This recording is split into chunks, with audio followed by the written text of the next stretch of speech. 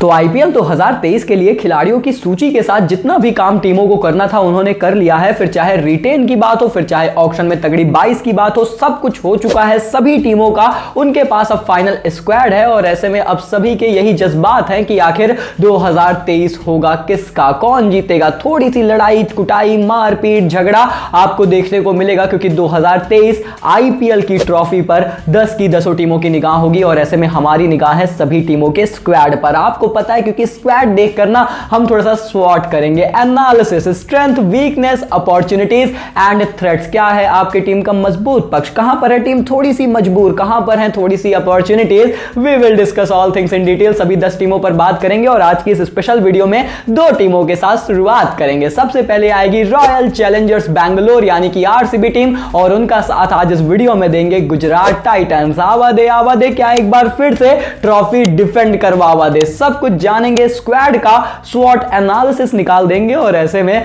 आप लोगों से एक दरख्वास्त भी करेंगे कि रोड टू 200 के यानी कि 2 लाख सब्सक्राइबर्स के हम बेहद करीब पहुंच रहे हैं और लगातार इस मुहिम में ज्यादा से ज्यादा लोग हमारे साथ जुड़ भी रहे हैं। तो आप भी इस मुहिम का हिस्सा बने। अगर अभी तक आप लोगों ने सब्सक्राइब नहीं किया है तो smash that subscribe button right now, Lal button दबाइए, सब्सक्राइब करिए, नोटिफिकेशन बेल ऑन करिए, हमारी फैमिली का हिस्सा बनिए ताकि इस तरीके के टॉप नॉच एनालिसिस लगातार आप लोगों तक पहुंचते रहें। तो ऐसे में चलिए शुरुआत करेंगे, सीधा मुद्दे की बात करेंगे and let's start with the RCB royal Challengers Bangalore team. हमने स्क्वाड डिस्कस कर लिया, किसको खरीदा, किसको छोड़ा, क्या किया, कैसे किया, सब कुछ हम लोगों ने प्रीवियस वीडियो में डिस्कस किया। इस वीडियो में अब सीधा बात करते हैं मजबूत पक्ष के साथ कि आखिर इस टीम के स्क्वाड को देखकर क्या नजर आ रहा है, ऑक्शन में इन्होंने कैसा किया है, इनके मजबूत पक्ष हैं क्या। देखिए सबसे पहला जो मुझे मजबूत पक्ष नजर आया वो ये था कि इस टीम ने ऑक्शन में अच्छा किया। They definitely did some decent job in the auction. क्यों ऐसा लग रहा है, क्योंकि जो खरीदना था वो इन्होंने खरीदा। इनको चाहिए था जॉश हेजलवुड का बैकअप, तो ये गए रीसेट टोपली की तरफ और एक तीर से 2 निशाने मारे। इनको एक लेफ्ट आर्म पेसर भी चाहिए था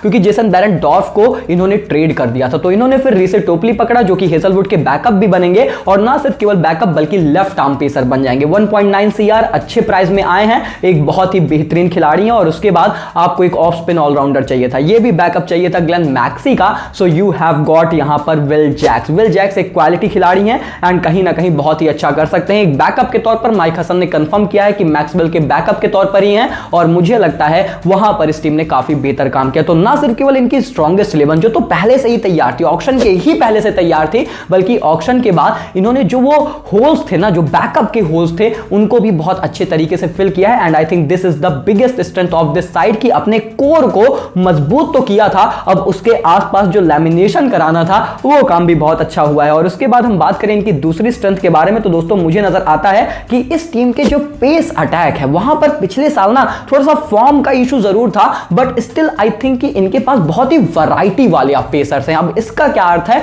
देखिए आपके पास जॉश हेजलवुड है, एक बेहतर कला के साथ नई गेंद के गेंदबाज बनते हैं। देन आपके पास मोहम्मद सिराज है, एक बेहतर पेस के साथ आते हैं। Then you have got left arm pacer Reece Topley जो कि बैकअप में बहुत अच्छा करेंगे। आपके पास आकाशदीप है, तो they have definitely got some real variety in their pace attack. और ना सिर्फ केवल पेस अटैक बल्कि इनकी बॉलिंग अटैक की मैं बात कर रहा हूं। आप इनके स्पिनर्स को भी उठाकर देखिए, वनिंदु हसरंगा एक quality spinner, then off spin में आपके पास ग्लेन मैक्सवेल है and then you have got Shahbaz Ahmed kind of a player, वो भी बहुत अच्छी वैरायटी में आएंगे। एंड देन उसके बाद बैकअप में भी आपके पास अच्छे स्पिनर्स है। So overall the thing is that कि भाई इस टीम का जो बॉलिंग अटैक है ना उसमें वैरायटीज काफी अच्छी हैं और वो मुझे काफी ज्यादा पसंद आ रही है। और उसके बाद जो last but not the least तीसरी स्ट्रेंथ है वो ये है कि इस टीम में एक थोड़ी सी वीकनेस है स्पिन हिटर्स को लेकर, लेकिन वही चीज को इंप्रोवाइज करने के लिए जो टॉप ऑर्डर में है उसको यहां पर इन्होंने ऑलराउंडर्स की श्रेणी में थोड़ा सा मिडिल ऑर्डर में इंप्रोवाइज किया और इस टीम के पास क्वालिटी स्पिन हिटर्स नजर आ रहे हैं जब आप इनके ऑलराउंडर्स को स्क्वाड में उठाकर देखते हो। कौन कौन से वो नाम है, देखिए सबसे पहले ग्लेन मैक्सवेल है, महिपाल लोमरो स्पिनर्स को बहुत अच्छा हिट करते हैं, प्लेइंग 11 में भी हो सकते हैं। देन विल जैक्स की तरफ आप देखते हो, फिर मनोज भांदगे को भी टीम ने अपना बनाया है। ये सभी खिलाड़ी स्पिनर्स को अच्छी तरीके से बैश करते हैं, तो ये इस टीम के लिए बहुत बड़ा पॉजिटिव है क्योंकि इंडियन कंडीशंस में आप खेलते हो, आपने इंडियन कंडीशंस को अच्छे से जज किया, आपको पता है कि मिडिल ओवर्स के फेज में जो खिलाड़ी प्लेइंग 11 में स्लॉट इन होंगे वो अच्छे स्पिन बैशर्स, स्पिन हिटर्स होने चाहिए और वहां पर इस टीम ने डेफिनेटली काम किया है। खैर इसके बाद दोस्तों इनकी स्ट्रेंथ तो काफी ज्यादा आप देखोगे, फिर चाहे वो विराट कोहली, मैक्सवेल और फाफ डु प्लेसिस जैसे सीनियर प्लेयर्स हो, वो तो हम सभी लोग जानते ही हैं, तो उस पर मैं बात नहीं कर रहा हूं। यार ये तो यहां पर इनके मजबूत पक्ष हैं। और अगर आप सोच रहे हो Virat and Maxi and Faf du Plessis जैसे प्लेयर्स के बारे में, तो देखिए ऑलरेडी आपको पता है कि टन्स ऑफ एक्सपीरियंस के साथ वो आते हैं, वो तो हमेशा से इनकी स्ट्रेंथ रहे हैं, तो उस चीज पर मैं ज्यादा टिप्पणी करना नहीं चाहता। लेकिन जब आप बात करते हो यहां पर इनके वीकनेसेस के बारे में, सो वहां पर कुछ चीजें हैं जो थोड़ा सा मजबूर जरूर कर सकती हैं टीमों को। कौन कौन से वो पॉइंट है, देखिए सबसे पहले मुझे नजर आता है कि इस टीम के जब आप इंडियन मिडिल ऑर्डर को उठाकर देखते हो ना, तो वहां पर एक्सपीरियंस की कमी आपको नजर आएगी। अब अगर आप मतलब दिनेश कार्तिक को देखते हो तो आपको लगता है कि नहीं ऐसा नहीं है, लेकिन फिर वो एज फैक्टर भी ऐड ऑन होता है कि वो थोड़ा सा ज्यादा एक्सपीरियंस तो नहीं हो रहा, मतलब अब तो वो अंतरराष्ट्रीय टीम में भी कंसीडर नहीं किए जाएंगे, ऐसा भी सुनने में आया है। And then the thing is that कि उसके बाद आपके पास रजत पाटीदार हैं, अनुज रावत हैं, मनोज भानगे हैं, सुयश प्रभुदेसाई हैं। दीज आर द नेम जहां पर आपको नजर आता है okay they are talented players, पर एक्सपीरियंस की कमी है। आईपीएल में भी बहुत ज्यादा एक्सपीरियंस नहीं है, डोमेस्टिक क्रिकेट में भी अभी फ्रेश नाम के तौर पर उभर रहे हैं, यंग गन्स हैं। So this is the area of concern specially in Indian slot. और बाकी उसके अलावा तो ओवरसीज में तो इनके पास मैक्सवेल जैसा एक्सपीरियंस मिडिल ऑर्डर में ही आता है, तो उसकी तो मैं तुलना कर नहीं सकता। खैर इसके बाद बात करें इनकी दूसरी वीकनेस के बारे में, तो मुझे लगता है कि एक जो वीकनेस इनकी सच में मुझे नजर आ रही है वो ये है कि इनके पास पोटेंशियल बैकअप है नहीं वनिंदु हसरंगा का। पोटेंशियल से मेरा मतलब पोटेंशियल से, यानी कि तगड़ा backup. I mean Wanindu Hasaranga के बाद Karn Sharma with the age factor and everything, there are some concerns at that area, और ये इनके लिए बड़ा कंसर्न बन सकता है जब मैं थ्रेट्स की बात करूंगा, लेकिन अभी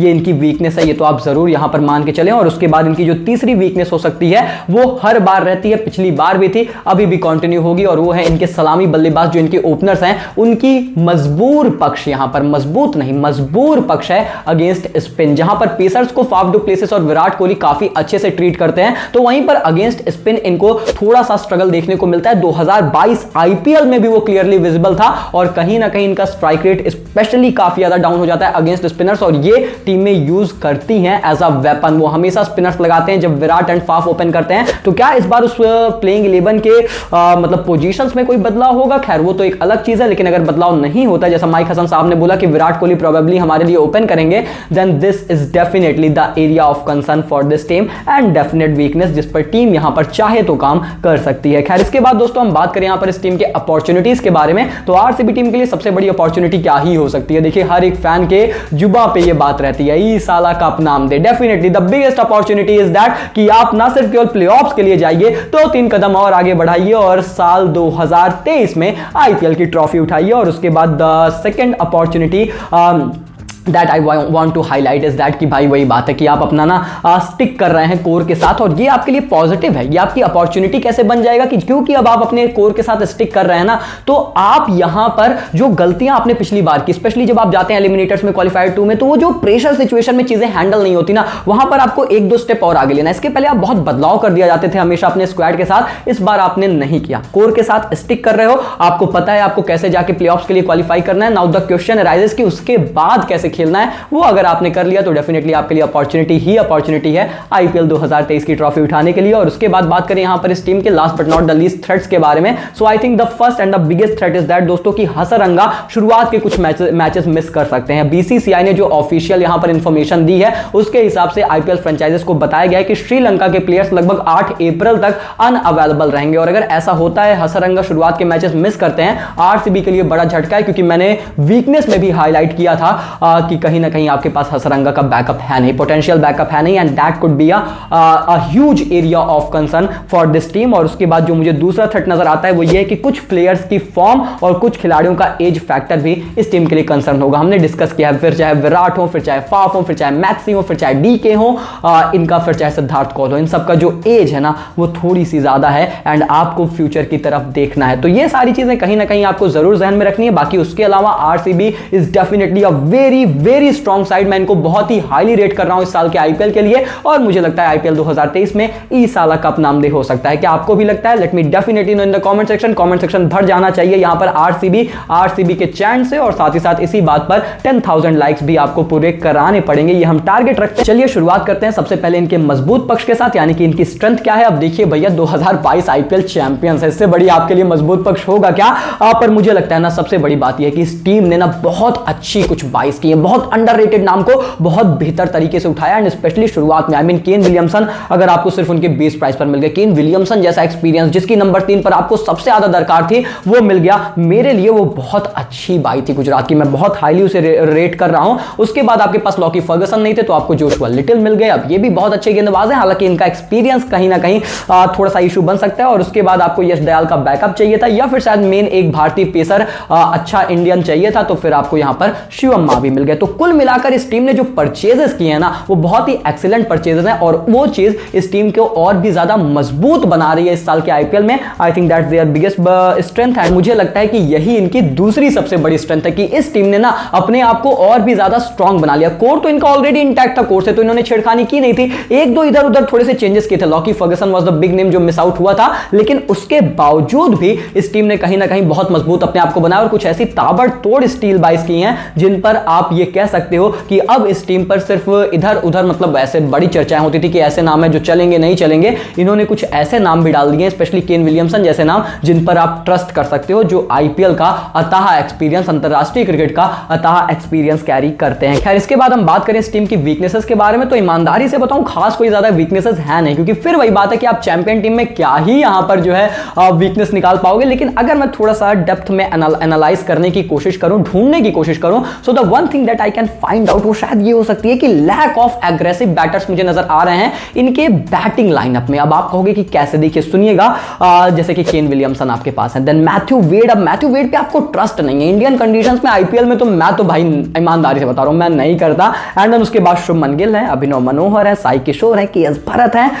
तो मुझे लगता है ना कि थोड़े से ऐसे नाम है जो एग्रेसिव नहीं है, जो आपकी बल्लेबाजी में ना कुछ एक आका दो हो सकते थे, एक का दुक्का और हो सकते थे डेविड मिलर को छोड़कर। फिर राहुल तेवतिया हैं, पर वही बात है कि ही इज एन ऑलराउंडर, मतलब जब आप बल्लेबाजों की बात करते हो तो डेविड मिलर एक ऐसे मुझे डेविड डायनामाइट विस्फोटक नजर आते हैं, लेकिन उनकी फॉर्म कंटिन्यू हो ये जरूरी है। बाकी उसके अलावा दिस इज द थिंग जो मुझे थोड़ा सा यहां पर जो है पिंच करती है। और उसके बाद जो मुझे यहां पर दूसरी वीकनेस नजर आएगी वो शायद हो सकती है कि कहीं ना कहीं वो फायर, लॉकी फर्गसन की जो फायर है उसको ये टीम यहां पर बैडली मिस कर सकती है। हालांकि मुझे नहीं पता कि जोशुआ लिटिल इस टीम के लिए क्या करिश्मा साबित होंगे या फिर नहीं, पर Lockie Ferguson and Joshua Little I mean आप कंपेयर करो, जी हां जोशुआ की फॉर्म बहुत लाजवाब है, पर आईपीएल में वो कैसा करेंगे ये तो थोड़ा सा वक्त ही बताएगा। खैर इसके बाद दोस्तों हम बात करें इस टीम की अपॉर्चुनिटीज के बारे में तो क्या ही अपॉर्चुनिटी होगी, I mean defend the IPL title, इससे बड़ी कोई बात ही नहीं हो सकती। आपने 2022 का आईपीएल जीता है, आप डिफेंडिंग चैंपियंस हैं, so come ahead and defend it, मतलब सामने आइए, डिफेंड करके दिखाइए कि भाई साहब पिछले साल जो बैक टू बैक मैचेस जीते ना वो तुक्का था, ना ट्रॉफी जीती ना वो तुक्का था, इस बार भी वही सेम काम करके दिखाएंगे, करिश्मा आपके सामने बनाएंगे। तो ये काम गुजरात टाइटंस यहां पर बखूबी कर सकती है, this is their biggest opportunity. And उसके बाद अगर बात करें इस टीम के थ्रेट्स के बारे में तो भाई यहां पर जो एक थ्रेट मुझे नजर आता है, लेकिन अच्छा थ्रेट है इस टीम के लिए, सच बता रहा हूं, वो ये है ना कि कुछ खिलाड़ियों की जो फॉर्म है वो उसी तरीके से कंटिन्यू होनी चाहिए जैसे लास्ट ईयर कंटिन्यू हुई थी। आई मीन आप बात करते हो बहुत सारे नामों के बारे में, बट वो बहुत ज्यादा अंतरराष्ट्रीय क्रिकेट में आपको देखने को नहीं मिलते हैं, फिर वो डोमेस्टिक खेलते हैं, वहां पर फॉर्म घटती बढ़ती रहती है। एंड मैं बात क्या कर रहा हूं, मैं बात कर रहा हूं जैसे कि तेवतिया एज अ बैटर जिस तरीके से क्लिक किया था उन्होंने एज अ फिनिशर, वो कंटिन्यू होनी चाहिए आपके लिए, वो ट्रस्ट होना चाहिए।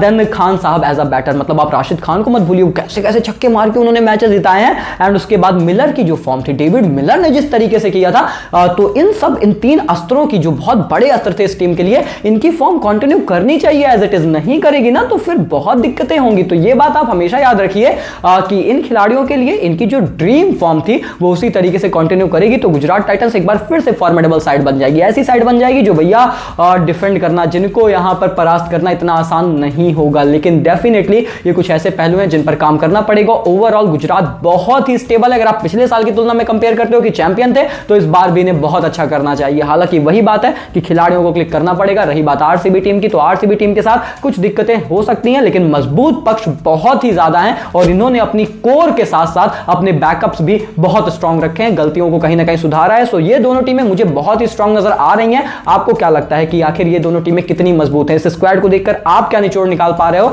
Let me know in the comment section. Video पसंद आई तो भैया लाइक करिए, चैनल को सब्सक्राइब करिए। बैक टू बैक ऐसे इस तमाम टीमों पर आपको स्वॉट एनालिसिस सिर्फ और सिर्फ डॉक्टर क्रिक पॉइंट पर ही देखने को मिलेंगे। एंड मिलते हैं बहुत जल्द एक और इंटरेस्टिंग एंड वीडियो के साथ, तब तक के लिए take care, good bye, thank you so much.